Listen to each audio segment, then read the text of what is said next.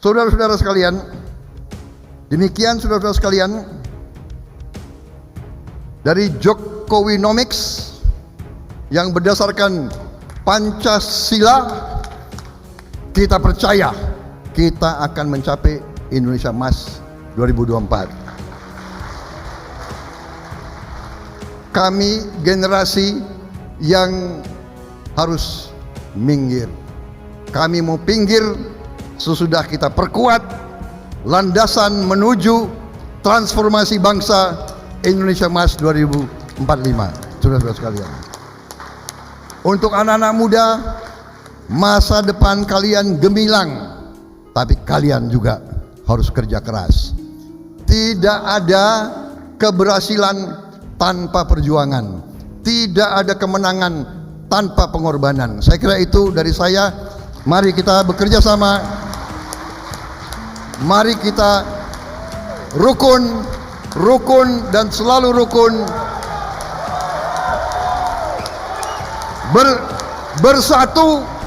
bersatu kita bangkit, saudara-saudara sekalian.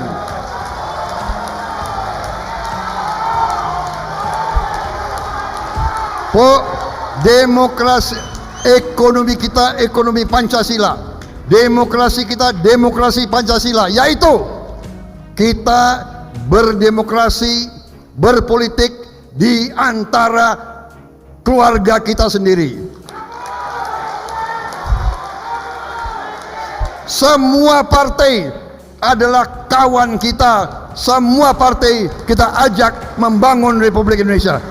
Sama-sama ingin yang terbaik untuk rakyat kita. Kita sadar bahwa semua unsur pimpinan politik harus sadar, harus paham dan mengerti kewajiban kita yang mendahulukan dan mengutamakan kepentingan rakyat kita. Menyiapkan tim, karena begitu kita terima mandat, kita tidak boleh banyak berteori. Kita harus bekerja secara real, secara nyata, dan secara aplikatif, saudara-saudara sekalian. Menjelang masa pelantikan, Prabowo Subianto menyampaikan kabar yang sangat penting bagi kita semua. Ada beberapa aspek yang ingin disampaikan Prabowo Subianto yang juga Presiden terpilih Republik Indonesia kepada kita semua. Salah satunya adalah kabar yang sangat penting dan krusial menjelang pelantikan Presiden dan Wakil Presiden. Tentunya ini informasi benar-benar harus disimak hingga tuntas, dan tanpa berlama-lama langsung kita saksikan informasinya. Yang mereka katakan trickle down, akan trickle down setelah rakyat mati semua. Tapi kalau kita ambil sosialisme murni, ini juga tidak mungkin, karena ini adalah suatu utopia. Kalau semua orang sama rasa sama rata, yang kerja dikasih gaji sama dengan yang tidak mau kerja, ekonomi tidak akan jalan. Jadi kita harus ambil jalan tengah. Makanya ekonomi Pancasila bisa disamakan dengan mazhab-mazhab di luar negeri yang mereka katakan mixed economy, mazhab campuran, atau the third way, jalan ketiga. Ada kapitalis, ada sosialis, ini jalan ketiga. Atau the middle way, jalan tengah. Dan itulah kita sebut ekonomi Pancasila. Saudara-saudara, sekarang tokoh-tokoh dunia dari barat pun mengakui bahwa faham kapitalis neoliberal tidak bisa berfungsi. Kita lihat tokoh-tokoh seperti Sri Paus, mereka mengatakan market forces alone, trickle down economic policies failed to produce social benefits. Bahkan Christine Lagarde yang pernah memimpin IMF mengakui reducing excessive inequality by lifting the small boats is good economics. Bahkan Joe Biden mengatakan sekarang Here's the simple truth about trickle-down economics. It has never worked. Saudara-saudara, ini pemimpin-pemimpin negara barat yang kita anggap sebagai sumber dari kapitalis. Sekarang, apa yang disebut Jokowinomics, sebenarnya Jokowinomics adalah aplikasi nyata dari ekonomi Pancasila yang wujudnya tadi Kartu Indonesia Sehat, Kartu Indonesia Pinter, Kartu Sembako, Program Keluarga Harapan, BLT Dana Desa, dan program-program lain yang sebenarnya adalah intervensi pemerintah, yaitu keberpihakan pemerintah untuk segera mengurangi kesulitan dan penderitaan rakyat yang paling lemah. Itu jelas adalah aplikasi nyata daripada ekonomi Pancasila. Dan ini pun harus kita akui bagaimana manfaat yang dirasakan oleh jutaan, puluhan juta rakyat kita. Sehingga sekarang untuk kita, untuk menuju Indonesia Emas, kita sekarang perlu untuk melakukan pengkajian secara rinci dan secara aplikatif. Untuk itu, sebagaimana saudara-saudara ketahui, saya telah dipercaya oleh beberapa kekuatan politik yang cukup besar di Republik Indonesia untuk maju 2024 meminta mandat dari rakyat, Tapi untuk meminta mandat dari rakyat, saya harus menyiapkan diri dan menyiapkan tim. Karena begitu kita terima mandat, kita tidak boleh banyak berteori. Kita harus bekerja secara real, secara nyata, dan secara aplikatif, saudara-saudara. Karena itulah saya telah menyusun dan membentuk apa yang saya sebut kelompok kerja transformasi bangsa. Dan itu akan mengumpulkan pakar-pakar dari semua unsur. Kita ingin mencari the best and the brightest putra-putri Indonesia dari manapun, dari kelompok manapun kita kumpul. Alhamdulillah, sepintas hanya berapa menit sekarang kita sudah ada bayangan. Setelah saya mendengarkan tadi paparan-paparan, saya tambah optimis, tambah semangat. Saya yakin bukan karena satu orang bisa selesaikan masalah, tidak mungkin. Tapi kalau kita berhimpun, kita kumpulkan the best and the brightest, dan harus kita kumpulkan the best and the brightest, kita bisa mengatasi kesulitan-kesulitan yang tadi dipaparkan. Saya melihat ada 10 fokus yang harus kita siapkan benar-benar, yaitu tadi sudah disinggung masalah pangan. Saya sekarang sangat optimis, bukan saja kita swasembada, kita akan menjadi lumbung pangan dunia, saudara-saudara sekalian.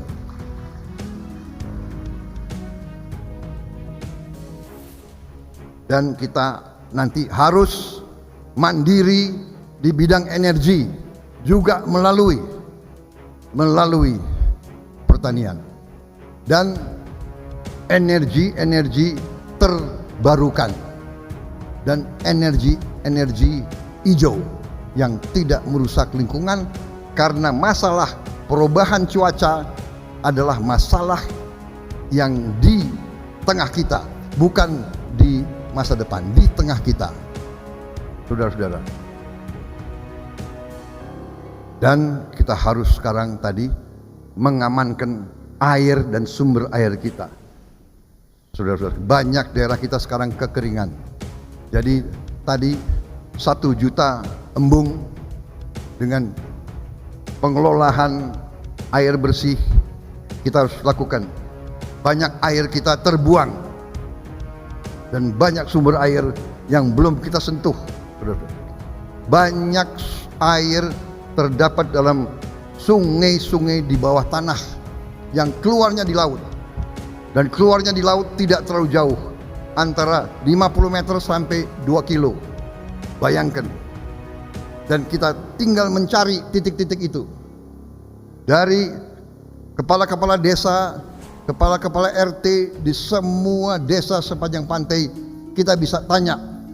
Pasti mereka tahu turun-temurun di mana air-air bersih itu keluar. Bayangkan kalau kita bisa tangkap air-air itu, kita pompa dan pipanisasi ke darat, kita insya Allah kita tidak akan kesulitan air. Dan paling penting adalah kita harus berani menghilangkan kemiskinan dari bumi Indonesia. Kita harus berani dan bertekad. Kesehatan dan farmasi bagian dari pengentasan kemiskinan. Tadi sudah disinggung masalah-masalah stunting dan sebagainya. Pendidikan, sains dan teknologi kunci dari kebangkitan kita. Pertahanan saya tidak singgung. Industrialisasi, yaitu hilirisasi yang dicanangkan oleh Presiden Jokowi, adalah kunci daripada industrialisasi kita. Sebagai contoh, suatu ahli industri menyampaikan kepada saya, satu refinery di Jepang, limbahnya bisa dimanfaatkan dan dipakai oleh 40 perusahaan yang disebut intermediate industry. Dari 40 intermediate industry ini menghasilkan 60.000 perusahaan. 60.000 perusahaan dari satu refinery. Bayangkan kalau refinery itu di Indonesia, pengolahan di Indonesia, smelter di Indonesia, semua penyulingan di Indonesia, berapa ratus ribu perusahaan yang akan berkembang, saudara-saudara sekalian. Tadi saya bicara dengan anak-anak muda, mereka mengatakan mereka sudah bisa bikin parfum buatan Indonesia, deodoran buatan Indonesia, sabun buatan Indonesia, jam tangan buatan Indonesia. Ini luar biasa, saudara-saudara. Mudah-mudahan nanti merek-merek yang bagus, kita semua pakai parfum, jam tangan, dan semua buatan Indonesia. Saudara-saudara sekalian, reformasi politik, hukum, dan birokrasi, kita punya ahli-ahlinya di sini, Profesor Yusril, Profesor Jim Lee, ya kan? We know what we must do. Tergantung para pemimpin politik, kita mau atau tidak berbuat terbaik untuk rakyat kita, saudara sekalian. Dan tentunya kita perlu tadi transformasi keuangan negara. Saudara-saudara sekalian, sekarang saya ingin bicara sedikit tentang dari mana kita akan biayai itu semua. Saudara-saudara, masalah penerimaan negara bagi kita sekarang, kalau kita bandingkan penerimaan negara kita dengan negara-negara tetangga kita, sekarang penerimaan negara kita di bidang pajak, bisa dipasang slide-nya? Ya. Kita punya rasio tax to GDP sekarang adalah 9,1%. Penerimaan pemerintah dibanding GDP adalah 11,8%.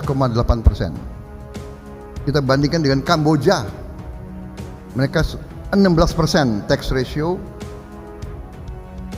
18% government revenue. Malaysia di atas kita, Thailand di atas kita. Bahkan government ratio-nya Thailand 18,5 dan Malaysia 15,1. Saudara-saudara sekalian, kalau kita lihat Kalau kita bisa menyamai Kamboja saja, dari 9 naik ke 16, berarti naiknya sekitar 7%. Kita hitung sekarang GDP kita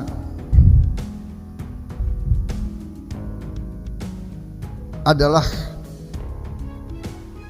kurang lebih 1,3 triliun US dollar. Kita hitung saja 7% dari 1,3 triliun. Kita bisa dapat tambahan kurang lebih 80 miliar dolar lebih tiap tahun. Nah, inilah yang bisa tadi mengatasi apa yang disampaikan oleh tadi pemapar terakhir, Ibu Ike, ya, Ibu Ike menyampaikan masalah. Kita sudah tahu masalahnya. Sekarang bagaimana mengatasi? Saudara-saudara. Salah satu adalah meningkatkan tadi pajak mencapai 16%. Berarti naik 7% dari sekarang. Dan salah satu yang saya kumpulkan para pakar, salah satu adalah memberi makan siang dan susu gratis untuk semua anak dan murid di sekolah.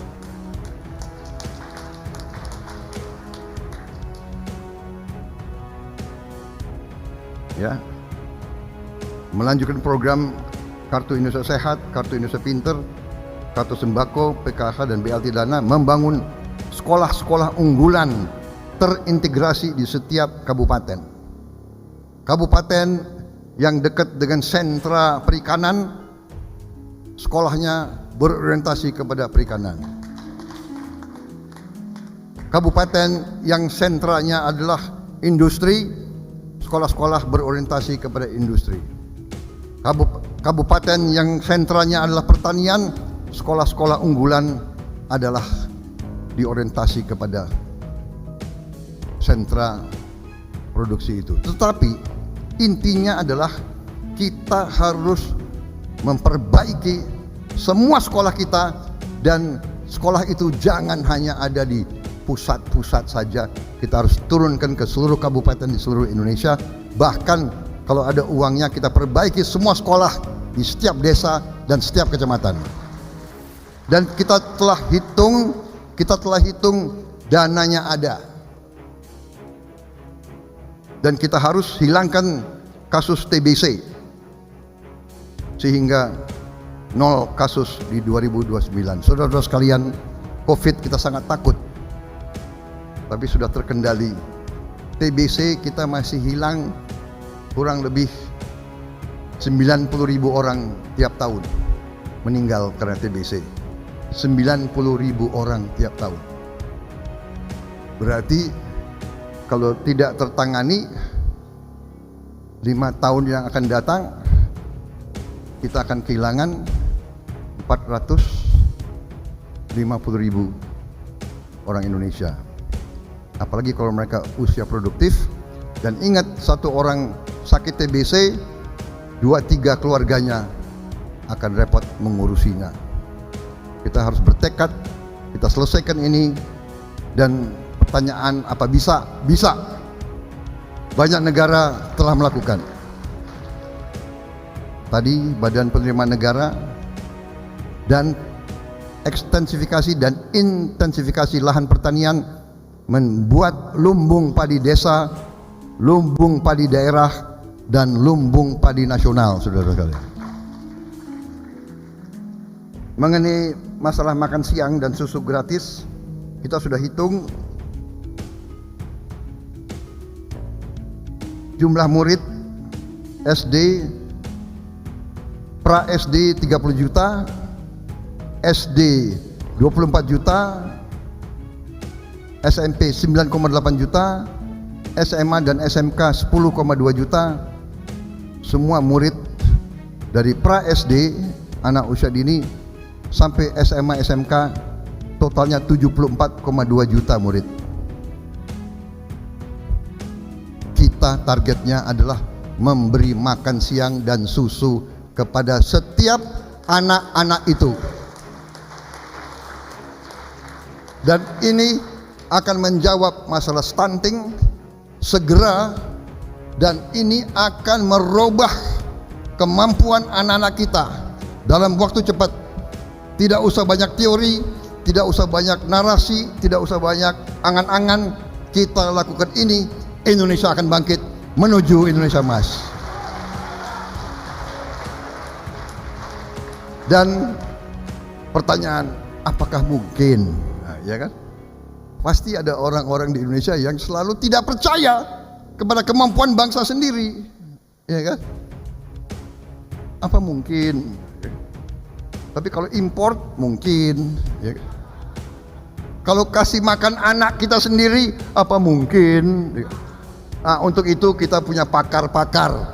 Kita punya Pak Amran, Pak Fuad Bawazir, kita punya semua tokoh-tokoh pinter-pinter itu di situ. Pak Burhan Abdullah, Profesor Sudrajat, kita punya orang-orang pinter semua. Gak usah ragu-ragu. Saking pinter banyak yang sudah jadi botak. Jadi tim saya banyak orang botak. Berarti mereka pinter-pinter.